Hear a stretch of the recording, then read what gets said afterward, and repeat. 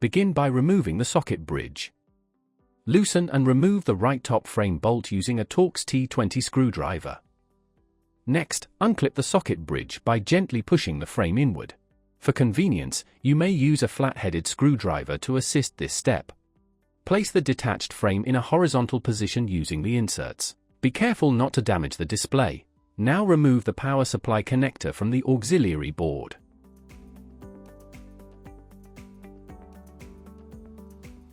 Then remove the EVSE connector from the auxiliary board.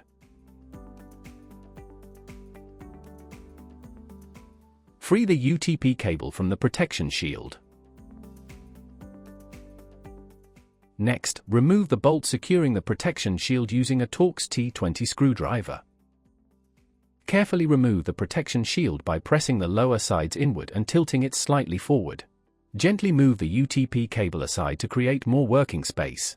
Remove the bolt securing the auxiliary board, again using a Torx T20 screwdriver. Lift the board slightly upward to release it from its slots, then slide it forward to remove it fully.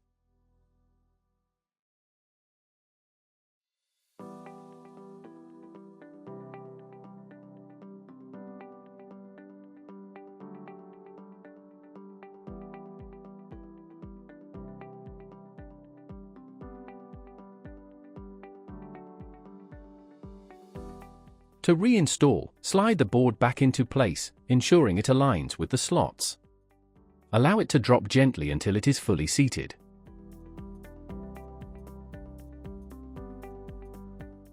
Avoid touching any electrical components on the board.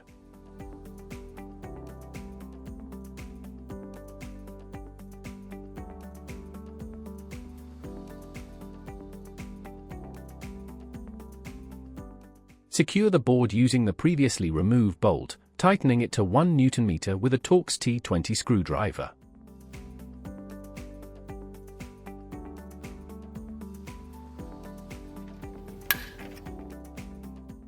Reinstall the protection shield by pressing the lower sides inward and positioning it correctly.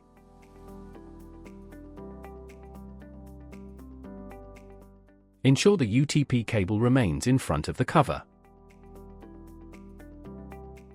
Secure the protection shield using the previously removed bolt and a Torx T20 screwdriver.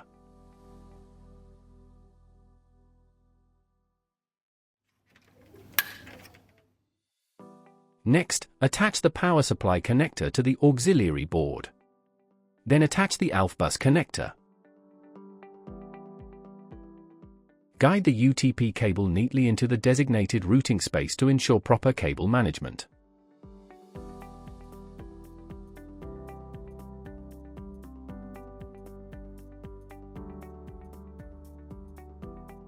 Place the detached frame in a vertical position using the inserts, taking care not to damage the display. Clip the socket bridge back onto the frame by pressing it inward. Finally, secure the socket bridge using the previously removed bolt and tighten it to 2 Nm with a Torx T20 screwdriver.